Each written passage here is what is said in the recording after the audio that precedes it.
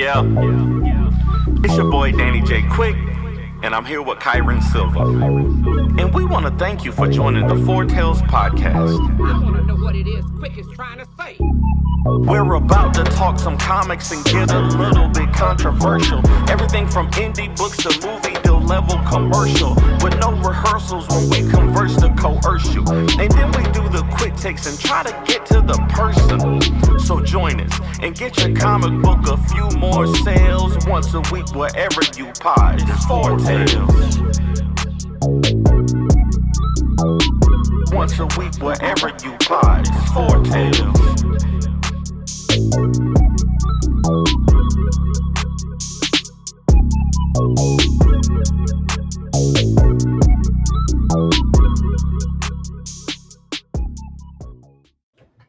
I don't know why. I feel like that was longer than normal. I mean, I think just because we started a little late, it feels like it was. But yeah. All right. Ladies and gentlemen, boys and girls, children of all ages, Taurus Comics in collaboration with Fourth Wall Productions respectfully brings to you the 160th episode of the Four Tales podcast. I am your host, Kyron Silva from Taurus Comics. Across the way is the Violet storyteller ace of Ace Blade, Danny J. Quick, and together we are your two award-winning Blurred comic creators here to help you find your next favorite comic. We are live on Age the Geekdom Network via Facebook, Twitch, YouTube, and Danny's TikTok. So if you're listening or watching us live, thank you for your support. Don't forget to like, subscribe, share, and review this podcast because all your positive reviews, interactions help us reach a bigger audience. Okay, is there a reason why we're showing off Battle Beast and Black Panther? No, just to boost the algorithm. That's all. Like people are talking about them, so you got to show them and do the thing that people do. So you got to show. So we're doing controversial stuff. Got to say Superman. You got to say Batman, Thunderbolts, Batman, Spider-Man. Yeah. So now the algorithm knows to get us to the right people. That's all it is. And white Black Panther. We're gonna get the outrage people too. The new Black Panther is white. So there we go. We got it. Wait. Let's slow down on that because your TikTok said you read it and you don't think it's really Black Panther's kid. Yeah, no, I don't think it is. I think this is the classic marketing, black outrage, make everybody mad so they talk about it, get them in there to buy the comics. It worked on me. Like I didn't even know there was a Black Panther book coming out until people said, "Oh, look, the new Black Panther is white." And then I was like, I know what this is, but I don't like to. I'm personally not the type of person who likes to talk about stuff online if I haven't actually read it. You know what I'm saying? Like if I haven't read it or seen the movie, I'm not going to disparage. I'm not going to disparage it. At least I'll talk about it, but I'm not going to disparage something that I haven't actually read. So then when I read it, I was just like, oh, I see what this is. I think I can see what it is. So I appreciate you adding that caveat of watch the movie because there have been things you talked about online that you didn't read, but you saw the movie about, and you're all like, "I'm gonna go off on this." Yeah, yeah. No. But if I watch the movie, yeah. If I feel like I can speak on the content if I've actually seen the content now, But okay, it's all good. Longtail says that's Aquaman's kid. That's Aquaman's. That's hilarious. That's Black Manta's kid. Terrible. All right. I know we started late, but it's a new week. Is there anything you want to talk about? Discuss? Nah, man, that was it, man. I'm just happy to be here this week, man. I like it, man. I'm happy to be online talking comic books and still making comics. And my dogs just came downstairs, so they're happy to hear. They're happy to hear from you too. Okay, Kevin Chapman in the chat talking about. I'll talk about it. Black Panther became Cracker Cat. Wow, bruh, that's terrible.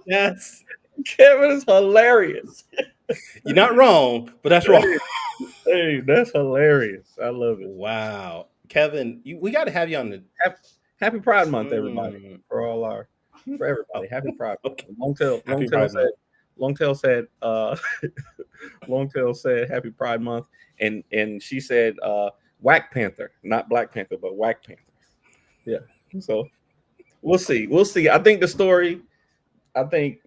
Christopher Priest can tell a good story. So I think I'll give it the 6 issues, and I'll check it out. So I don't know why, but you remember that old, God, that's an old like YouTube song with this guy talking about I miss my and he oh goes, yeah, all you white people can say. no, terrible. No, we're not doing that in 2020. We're not doing that. Okay. I didn't know. All right. I guess you brought this up last week really quickly and you just dropped it and didn't even talk about it, you just moved on. So I guess let's talk about this real quick. You and I and a bunch of other creators are putting together a little something something. What are we calling it? Oh yeah, Panels in Paradise. That's right. Indie Swimsuit Edition. Do you want to maybe give Marvel? You see, Marvel's trying to steal our idea. We decided to do this first, and then Marvel said that they want to do a swimsuit edition too, and they got Adam Hughes doing their art. But we got Kevin. You are about to get blocked because that's just wrong. That's just wrong. Terrible. That's terrible. I don't even know what to go. I don't know where to go from there. Yes, we are doing an indie swimsuit edition.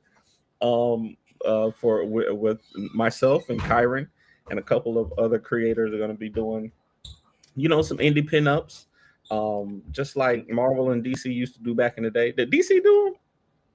I don't remember DC doing. Maybe DC didn't do them, but I know Marvel used to do them back in the day. And we're gonna gather a few indie creators. Ace Blade is gonna be in there. We got Saul the Lightning Wielder. Can I show a work in progress video? You got the power. Go ahead. Before we bring up our guests, we'll show a little. Welcome to Panels in Paradise, where indie comics meet island heat. This isn't your average comic showcase. It's bold. It's badass. It's a celebration of indie excellence.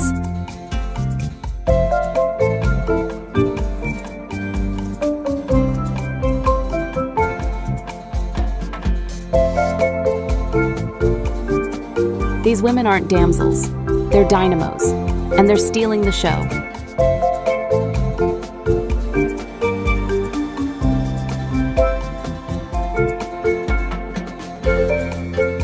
Behind every panel is a passionate indie creator making magic with every brushstroke and beat.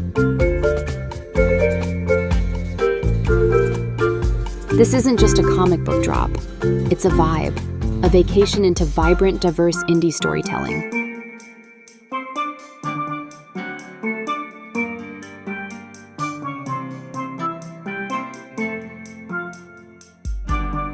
We're bringing the party straight to your screen, and we want you to be a part of it.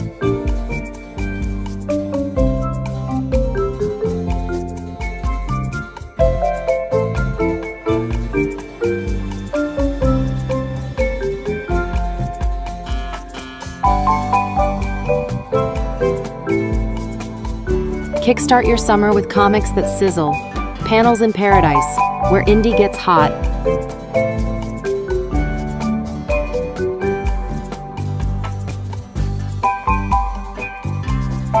Now on Kickstarter.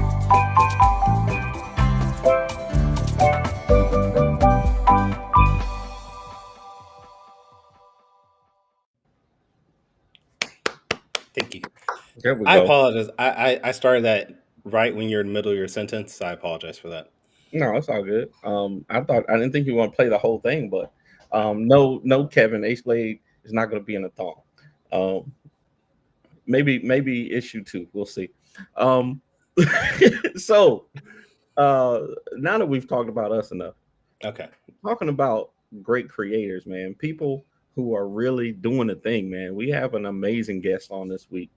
The homie from Richmond. Is it Richmond, Virginia? Omari Malik. Yes, sir. Is on born and raised in Richmond, Virginia. He's kind of a superhero himself. I heard that I was reading a book. You lost your father at an early age, and he was kind of your inspiration for comics.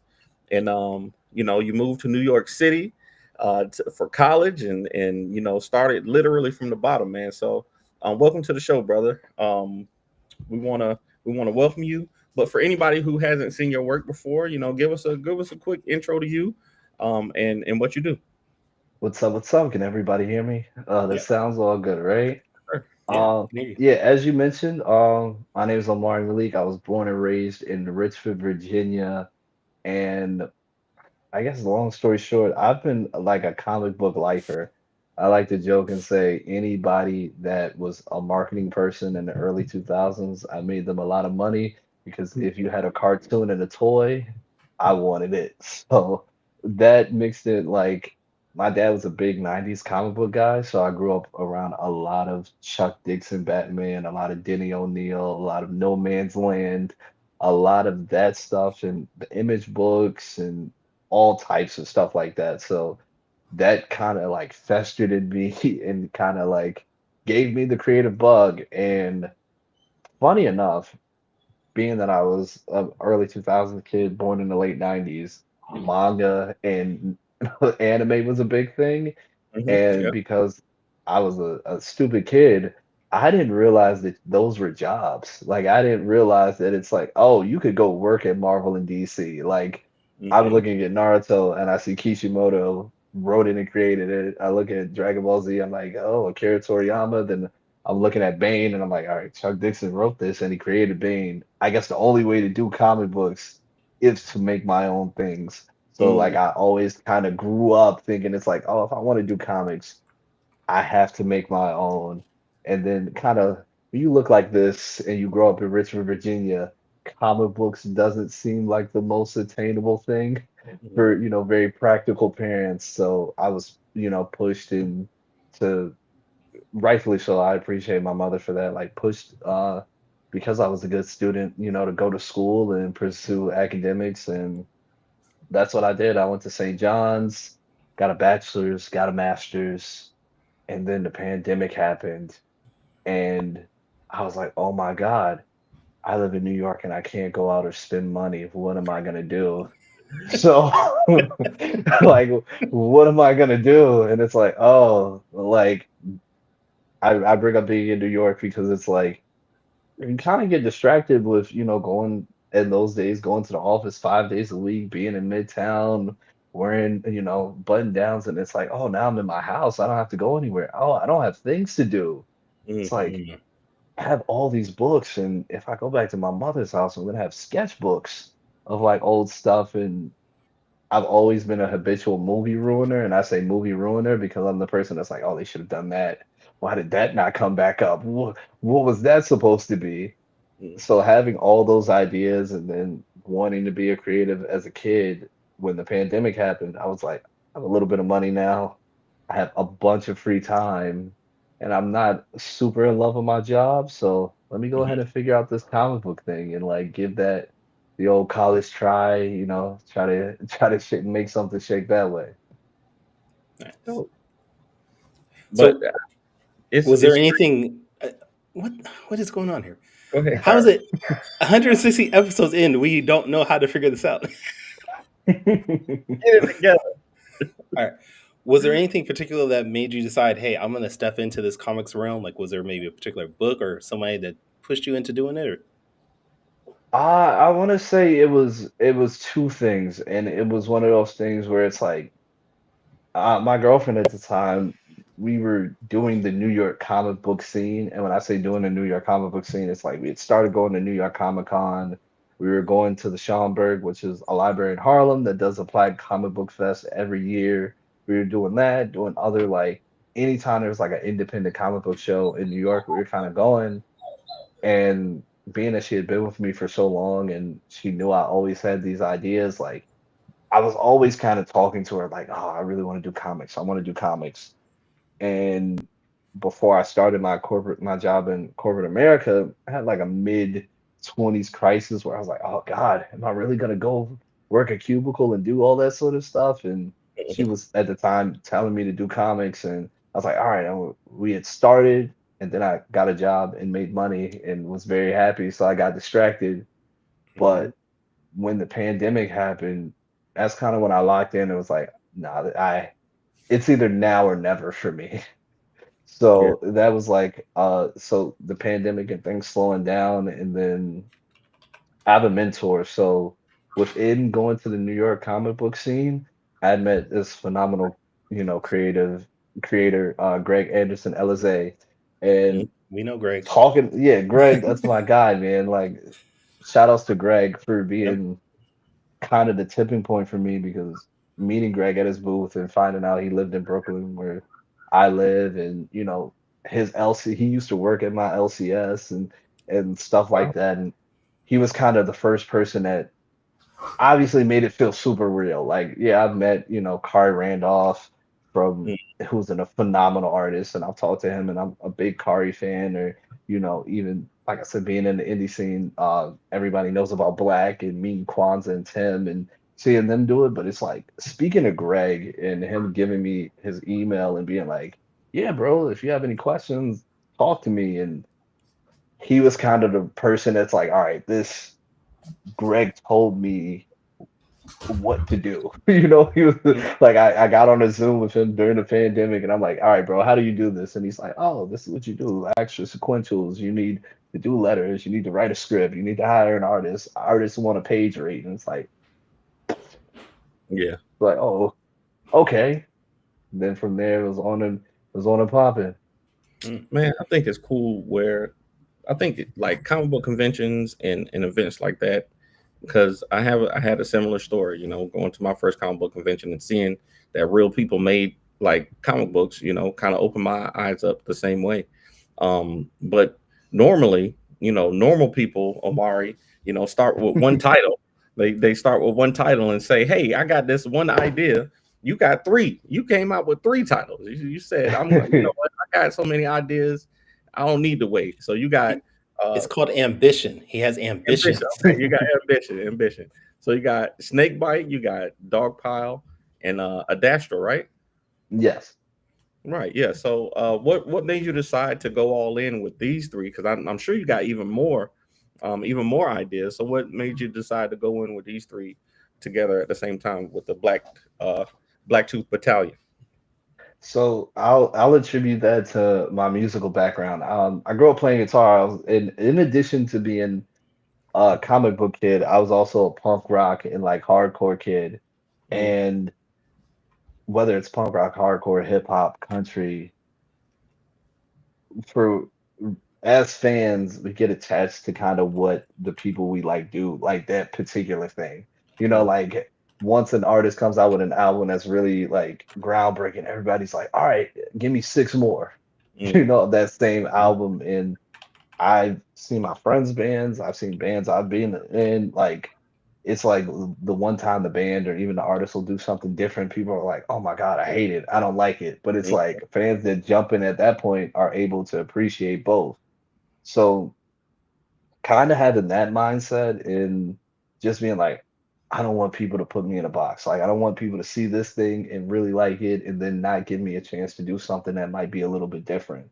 So I wanted to come out and kind of show people that, I have versatility, like show people that I'm into different things and kind of, a first impression of everything. So I wanted to come out and just let people know, like, yo, if you rock with me, whether as from the company standpoint of Blacktooth or rock with me as an artist or Mm. a writer, you're gonna get something different. I'm here to do different things. Like I'm not here to just whether it like I have so many influences. So I look at a person like Jordan Peele. It's like people couldn't imagine that the guy from Key and Peele was gonna be great at doing horror movies or Right. something like that, or even Hmm. like if you look at a Ta-Nehisi Coates, like a great novelist is going to be a comic book writer. It's like it's something that's not expected, and it's like one book's a manga. Dogpile's a manga. Did you expect me to write a Saturday morning cartoon or a teen drama with an Astra? Probably not. But it's like for fans that saw me do a few things, I wanted to create that atmosphere of like Omari's going to do whatever he wants whenever he wants. He's gonna make it as best as possible. So that was kind of the epicness of that. Nice. Now, a lot of us as creators, our first book is usually something close to us. Either it's something connected to our history, something we know are very familiar with. Is that something that you maybe did with one of those three books? All of them in different ways. And, with Adastra, to give a short summary as I explain it. So Adastra is a shapeshifter. So she's a teenager that can be anything she wants, but she's struggling to be herself. And that's inspired by my ex-girlfriend that got me to pursue comic books, and my younger sister. I have a younger sister that's a Gemini. And for people that believe in the zodiacs, Geminis are two-faced or they have a bunch of different personalities. And being an older brother, I'm about like 7 years older than my sister. I saw her go through different phases and really be an embodiment of like you can be anything you want, because every so often she was picking up a new hobby and just trying to run with it and do that. And for something like Snakebite, that was inspired by more so a time in my life where I could have went either way. So, I remember like going into high school and similar, like I said, doing the short summary. So the main character in Snakebite, he kind of has to decide, does he want to be a hero or keep getting in trouble with his friends? And when I was in ninth grade, that's when things were getting serious. And when I say things were getting serious, it was like my friends that, might have been rough around the edges or, were getting in a little bit of trouble. It's like it got serious to where it was like, oh no, like people are really gangbanging now, or like, oh, like it wasn't just like, oh, I think somebody smoked weed. It's like, oh no, like you're actually doing this. And it's like where, you're hanging out with the even older kids, and like it was starting to get serious. So Right. I wanted to encapsulate that time period, and my character has superpowers to save him, but for me, I had guitar. It was like I couldn't be outside, gangbanger or jumping into the streets if I was gonna play guitar, because I had to practice. And for Dogpile, like you guys mentioned, Dogpile's a story about loss and finding a new family. And I relate that to losing my father at a young age. And granted, I didn't have seven dogs, but I had long boxes to get into, superheroes and the Christopher Nolan Batman movies and, Dragon Ball Z and Yu-Gi-Oh! And all that stuff to, comfort me in those moments and stuff like that. Yeah, that's deeply personal, man. I know for a lot of indie creators, a lot of the stories that we tell are personal ones. Even Kyron with Starcore, I don't know what the personal connection is with Starcore, but it's purple. It's a symbiote suit. Starcore is my love letter to Darkhawk. Damn it! It's what I would have done if Marvel gave me Darkhawk. There it I is. would have written that story. See, there it is. It's personal. It's deeply personal. So I love hearing the connections with indie creators, because it is really, it's you have to have a passion when you are making indie comics, because it's not easy. My man got the mug and everything. That's what I'm talking about. Oh, yeah, a little bit of branding I here. gotta do it. I gotta get one. But I was gonna ask, you talked about going to school to for your education. I wonder if you wouldn't mind telling us, what did you get your degree in, and how did that or did that not help you with the comics?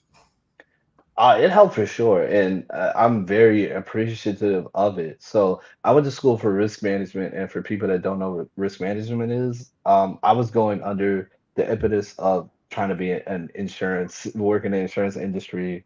I was in a program in school that like placed us at internships, and while we were in high school, like like an after school program sort of thing, and I just happened to get placed at an insurance company, and all I ever wanted to do in high school was play punk rock or write comic books. So I wasn't thinking about college, but being at that internship for those summers and like, just doing a little bit of nothing and not having a serious direction, when, the people at the internship were like, hey, if you do insurance, you'll always have a job. So I'm like, okay. Yeah. I'm like, okay, I guess so.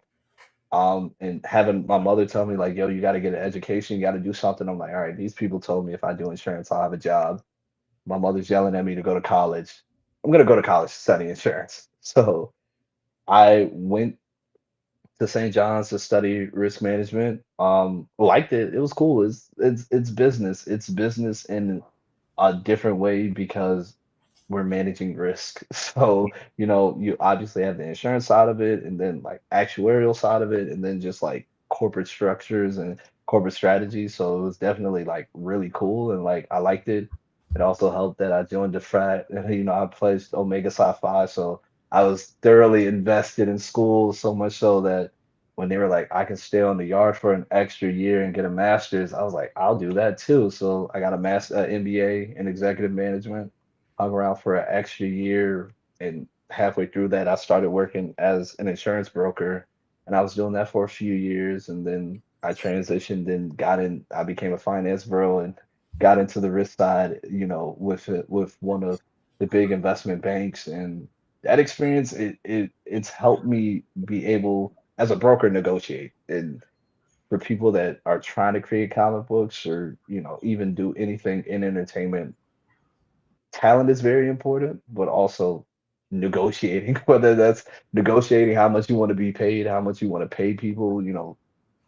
The art of making a deal is something I definitely learned as a broker, and customer service, not just facilitating customers, but also working with different teams, like talking to my letterers, talking to my printers, and being like, oh, this is what I need, like trying to problem solve and, you know, create a nice formal email. You will not believe how many people don't know how to articulate what they need clearly in an email. Yeah. Or just be able to be direct and concise, and talk, and just it's kind of those soft things. And working in corporate America, I understand that. Or even being able to balance everything that goes with having a business, whether it's we hear these buzzwords on social media of like, start an LLC, get business credit, do all that, and it's like, I actually know what that means, or like how to properly go about it and what you really need to do. And like,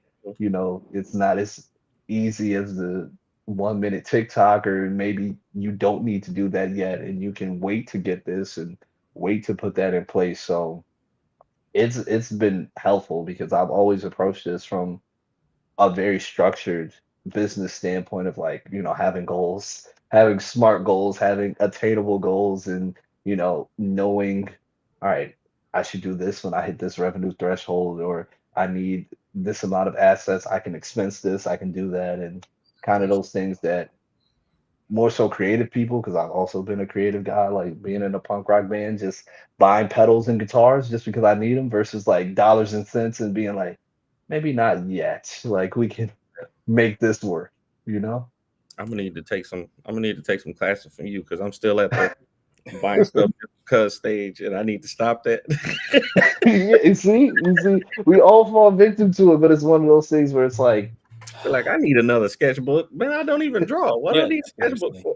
for? I like a funny story. Like I know if anybody's ever been to an artist alley, they see a bunch of custom tablecloths. I don't have a custom tablecloth. Me I either. have a plain black tablecloth because it's cheaper than a custom one, because I can probably get the same amount of sales. It's like I can do that if revenue is consistent enough to, justify that expense, or, if it's one of those things where it's like, oh, like if we're doing a cost benefit analysis and it's like maybe that's the deciding factor, then go ahead, I'll give it a shot. But that corporate discipline of like, all right, let's watch the string, let's watch the purses on the the strings on the purse, and like calm down a little bit. Yeah. All right. Brad Arney in the chat says, where can you listen to your band, your music? So my band was called Captive Eyes. So we had two EPs on Spotify, one called The Devil You Don't, and then The Devil You Know. So tell me what you think if you do. We're a little bit decent, man. We got featured in Alternative Press, did a bunch of shows. I'm So about to play it right now. Bro, I already found it. I found it. Hey, pull it up. I already know how Kyra does. He gonna find it. You know me. yeah. I'm As soon as assuming you this is it, right? Yeah. Okay. All right. There he is. There he is back there in the back. I see you. Yeah. Hey, we just had a whole episode last week about black people looking the same. So don't. I had to make sure. I had to make sure this is our man. We Yo. did. You're right. All right. Well, which song should we try? We're not gonna play the whole thing. Um, But I want to hear the one with the guitar solo. I need a guitar solo to see what your So skills is. we were a metalcore band, so it was more so breakdowns. We were trying to get people moshing. I would say play Hemlock. We did that. We did a music video for that. All right, we're gonna start it. We'll play like a minute or so. Yeah.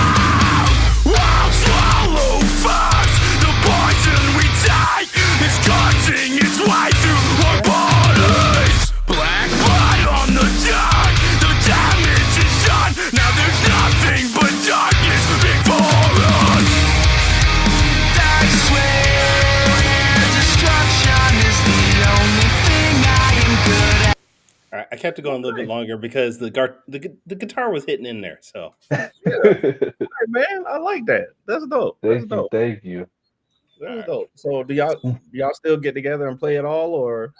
So the band broke up, and I kind of left the band once I really started enjoying college. But I still hang out with those guys anytime I go back home. So a bunch of those, it's so funny. Like our scene, the Richmond hardcore and metalcore scene is still going strong, and it's like I have a few buddies that are like in bigger bands now, and I'm like, holy shit, like you guys are still doing this. And it's like, or even like some of the guys that were in bands are like, now we are actually running the scene. Like one of the guys that like had recorded one of our singles is like a big producer now, and another dude's like a sound guy. So That's dope. everybody's doing their thing. The drummer was hitting, the vocalist, everything was there, man. Everything was there. don't tell Danny you guys still talk, because he might be like, I need an Ace Blade song, and then Listen, I still play. I have next to the books, I have my guitar and my keyboard, so I still play. Yeah, and I play drums. I rap a little bit, man. We might need to get together on something, man. Come on. I can play a triangle? I can play a triangle. We get Kyron's son on the keys, man. We my son does play My son does play piano. You're right. All right. No, man. He's only 10. He's good too. That's dope. That's dope. Yeah, man. That's dope, man. I love seeing, the different. Black people are not a monolith, so it's cool to see stuff like that. It's cool to see. I definitely didn't. I mean, when you said, when you said the genre of music, I was like, man, I don't know if I can see it, but I can see it. I can see it. Wait, you could look at. Wait, I turn see your head to the side. I see it. I see it. I knew it right then. I knew it right then when I saw the. But I mean, he got the chains on. He got the bling, the blingy star ring on his pinky finger. You never know. You never know. Nah, that's all. That's all. That's all. That's finance bro money. Don't worry. I love it. I love it. So you said that Greg was like a mentor for you, and you have that business side of you. But was there something that when you got into comics, you didn't realize was a thing that you can remember? Greg telling me about sequentials was like mind blowing to me. And when I say mind blowing, it's like just being a fan, you don't think about it. And even in an amateur artist, like, just trying to draw, like when I was a kid, sequential art is a real art form. Like there's a bunch of people that can draw pinups and commissions, but then it's like being able to find an artist to hold down a book and knowing that as you're talking to somebody in this day and age where, people are posting on Instagram or all over the place, like you need to see their sequentials. So Greg being like, hey, if you're looking for artists, make sure they send you sequentials. And it's like that way you can see how their panels look or like how they interpret panels was just like holy crap. And it's like as I started moving forward and I was reaching out to people because they had some cool stuff in their portfolio or on their page, and I was asking for sequential art, sometimes they would fall out of contention because it's like, oh, this isn't strong like this. Mm-hmm. It's like, oh, like you can do a cover, bro, but you can't hold down 20 pages. So that was like a thing that I didn't fathom or even begin to think about. And also Greg was telling me about letters and making sure that the letters look good, and even just like because I'm super anal, like I've like arranged things of like, oh, I want the speech balloons to float around him to make it seem like he's having a bunch of thoughts, and like being able to find a letter that can do that or emphasize the right moments or know sound effects and things like that, or is something that you don't think about until you're in the middle of it. Yeah, I had that same issue. I didn't think that lettering was too difficult until I started doing it myself. And then I was like, oh, I gotta conquer this. This is I gotta figure this out because I love it. I love lettering. Um, but yeah, man, this is it's dope, man. And I know we started a little bit late, but I'm ready to do quick takes, man. This is my favorite part of the show. Yeah. Kyron even posted a video. Was it last week about with the Temptations? That was hilarious. That was hilarious. So It was hilarious and nobody saw it for some reason. I got no traction on that. You made it and I saw it, and that's all that matters.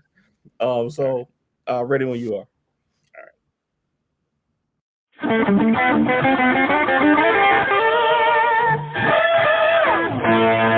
Quick takes.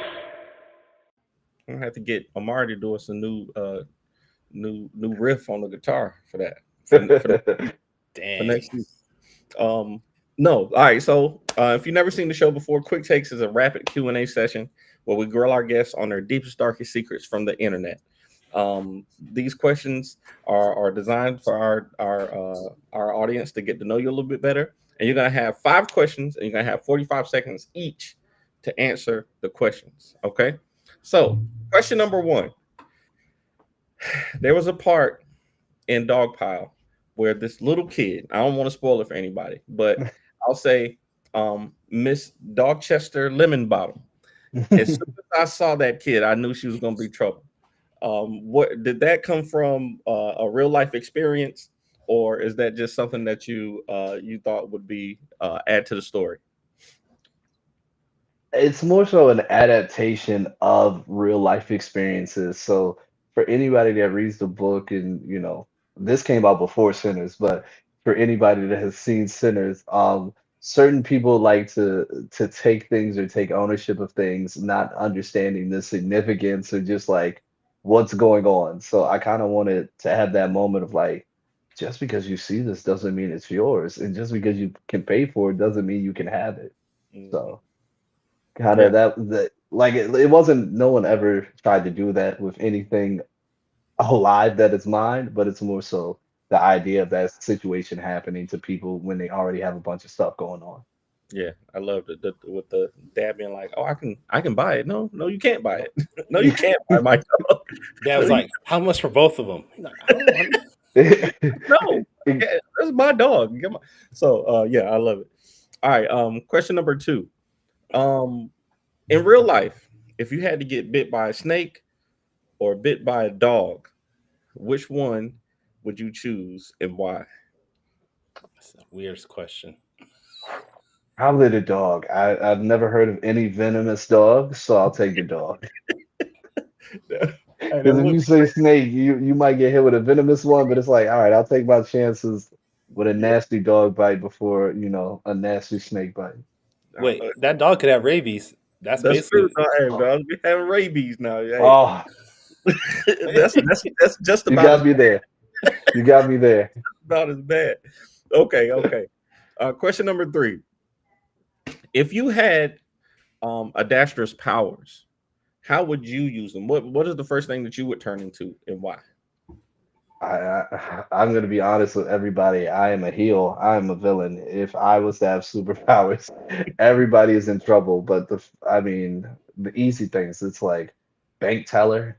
Like I'm gonna walk through the vault, bank manager, gonna, head of the Mercedes or Lamborghini dealership. I'm gonna drive off a new car. Uh, Depending on what movie is out, the movie usher to just sit in the in the movie theater, and you know those would be the first things I would do. Dang, he just abusing the power straight off. Yeah, Seriously. Nike Foot Locker employee, black and white, getting the newest Jordans. He's all like, great power means my pockets get stuffed greatly. Exactly. I love it. Okay, question number 4. And this one, you might have I know you have a unique perspective on. A lot of indie creators don't sell their books on Amazon just because of the prices, but Amazon is one of the biggest marketplaces in the world. So I would ask you, what are the pros and cons of selling your books on a platform like Amazon? I will say I'm speaking from the standpoint of somebody that was in music, and unfortunately, a lot of musicians, to get wide distribution, they understand that they won't get as big of a royalty. So I know, like, I could make way more money than I could. I make more money at conventions selling my books directly to fans than I do from Amazon, but that visibility is worth it in the long run. And I would implore anybody, as ownership is being talked about a lot, get your foot in the door and take that audience with you. So it's like, for the people that can find my book on Amazon, all my contact information is there. So hopefully I can build a bunch of fans. That way, in 5, 10 years, if they stay loyal, we'll pull it away. We're gonna get our masters back like Jay-Z, and then you have to come straight to the source. But initially, like, side tangent, I know this is past the 45 seconds, but All right. DMC from Run DMC, he went to St. John's, and I've seen him at enough conventions to where he kind of knows my face. And I asked him for advice about doing my books, and he was like, "Yo, you got to do a book like a demo. You just got to get it, like, your first thing. You got to get in people's hands." So being that these were my first releases, the pilots before the first arcs, I was like, I always went from the mindset of, I'm gonna try to get it in as many people's faces as possible. That way they fall in love with me, fall in love with the characters, and you can follow us from there. That's why you have a bunch of people that have Patreons, a bunch of people that have mailing lists, and I am a big Vince Staples fan. Vince Staples can do anything he wants, and I am going to give Vince Staples my money the same way I am signed up for Scott Snyder's Substack, the same way that I bought way too many books just because they have a Kari Randolph cover. Once you get a fan, they'll follow you anyway. So I'm trying to get me a Kari Randolph variant cover soon for and you will have my money, sir. that dude is he's just dope. Him and Jamal Campbell. Yeah. All right. So question number 5. And we always do a top 5 list because me and Kyron have another show. No, Top 5 live. Don't say that live, please. Well, you are the creator of Lumberjack, so it kind of okay. That's true. So I like to get our guests to do a top 5 list off the top of their heads. So I want to know from you, and this might be controversial, so this might get you in some trouble, but I want to know, in your opinion, what are the top 5 breeds of dogs? Go. I have biased. So all the dogs in dog pile are inspired by real life dogs of mine. So number 1 is a Pekingese. My mother had a Pekingese, and R.I.P. Ivy, she recently passed. That's number 1. I will say Rottweiler because my father had a Rottweiler. I loved it to death. Chihuahua because I had an aunt. My aunt Pookie had a Chihuahua named Gino that I loved to death. German Shepherd because my aunt had a German Shepherd mutt called Shaka, who is inspired by a character in the book. And then I don't know, I just got to think for Frenchies, man. Frenchies are just super cool. I love lap dogs, so those are my top 5. Hey, there we go. That's a great list. Man. I appreciate you doing that for us, man. This week, Quick Takes has been brought to you by Gemini Comic Supply. If you go to GeminiComicSupply.com and enter the promo code AceBlade, you'll get 10% off your entire order. All right, Kyron, back to you, man. All right, man. Thank you. Everybody loves Quick Takes. That's the only reason why we have any fans at all. It's just Quick Takes. But Omari, we appreciate you being on, man. We want to make sure our fans follow you, follow your work, and what's coming up with you. So where's the best spots online and your website that people can check you out? Yeah, so blacktoothpublishing.com, Blacktooth Publishing on Instagram and YouTube. I also have been lately I've been embarrassing myself in documenting my process to draw. So I've started like picking up, art and drawing. So I created an art page for that. That's everywhere. So Premium Artillery. I'm way more liberal with embarrassing myself. So you can find Premium Artillery, Instagram, TikTok, Facebook, YouTube. There's a website for that as well. So Okay. yeah. So Blacktooth at Premium Artillery. I'm all over the place. I'm doing conventions. So Oh, I'm everywhere. all right. Danny, what about you? Where can people check you out? If you want to find me, come to Heroes Con in 2 weeks. Where you can find me and Kyron. Actually, it's 2 weeks, right? Yeah, it's 2 weeks. Yeah, It's 2 weeks. 2 weeks. Me and Kyron in 2 weeks. If you want to find me online, the best place to go is fourthwallpros.com, where you can get all our comics. If you want to find me on social media, it's at the Ace Blade on all social media platforms. Kyron, where can people find you, brother? In 2 weeks, you can find me at Heroes Con, traveling across the country with my wife. Across the whole country. Bro, it's a 6-7 hour flight from California to North Carolina. But both coming and going, it's one flight, so we don't have to worry about connections. So we're good. Oh, that's good. That's Yeah. good. But as always, you can check me out at touristcomics.com. Find out all my books there. If you want to follow me on all social media platforms, particularly TikTok, because I'm trying to reach that creators fund level. So I'm almost there. If you can follow me, that'd be really helpful. I'm going to follow you right now. I hate you so much. Now, if this is the first time you ever checked out this stupid podcast, you can go to our website. That is fourtalespodcast.com. That is the number 4 TALES podcast. You can listen to our previous episodes. You can buy the merchandise. You can, do all those great things. Join us next week, where I have no idea who we are going to have, because the person that is supposed to be here has backed out. So we'll figure out something. We're going to be playing Fortnite then. No, we won't do that the week after Heroes Con. Okay. That works. Right. But until then, everybody, sayonara, goodbye, and please take care of yourselves. I